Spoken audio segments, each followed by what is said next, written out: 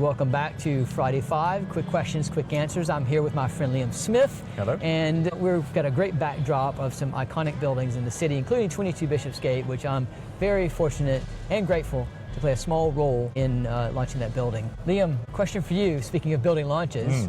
Often we see developers launch a building and then, well, the leasing strategy didn't quite work, the take-up hasn't been there. What do you see many developers getting wrong when they launch a building? What I see most developers getting wrong is not really having much of a story to tell. Typically you see 2 years maybe before they break ground on a new tower building in the city. You see a couple of CGIs, quite draft ones from an architect, a news story, very short, and you don't hear anything for a couple of years after that. I think that's the real problem. There's no brand. One of my favorite words, of course, and often we think if you build it, they will come, but without that brand story, will they come? So flipping that same question back to you, what should developers be doing when they first think about launching a new building? I think it can create some parallels really to businesses. You don't start a business and not give it a name, a brand, a story, a logo, an icon, the very basics of a brand. And it's starting with that. It's establishing the reason for that development to exist. Start with why.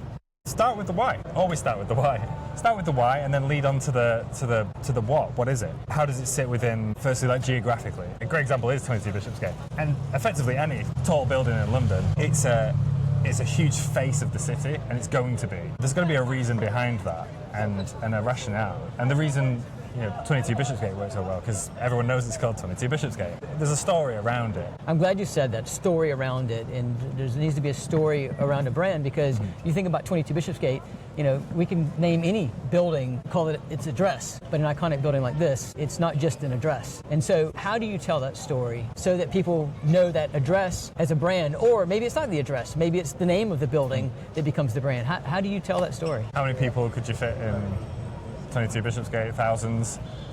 12,000. It's 12,000.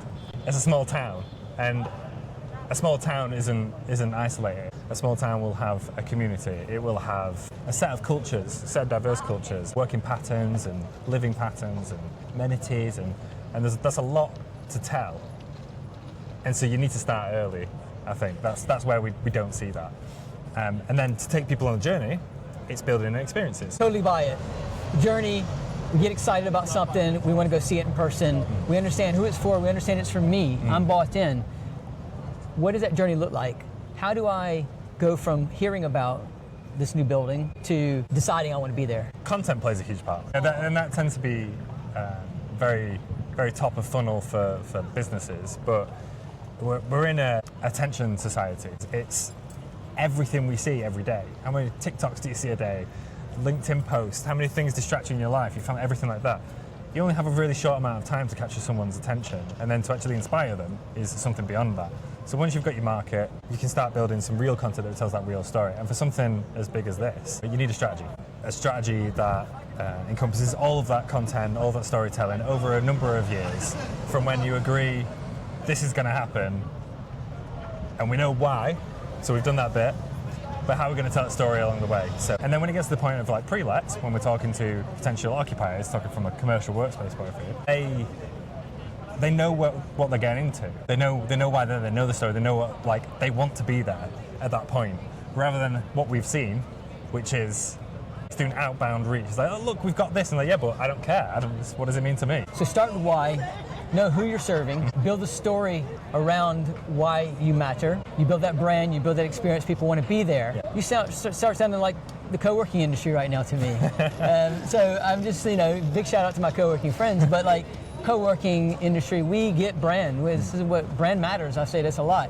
But do you really think that works for large buildings? I do. I look at branded residences. Mercedes, super residential towers. They're selling those units because they're promoting a lifestyle aligned to a brand. And the same works with a commercial space. You are promoting a lifestyle. You're just taking more of a leadership and decision makers who are going to be making those decisions on what floors they take that then affect employees, staff, whoever is going to actually work there. You're promoting a lifestyle, you're promoting a community, you're promoting a culture first. You're not promoting concrete and steel.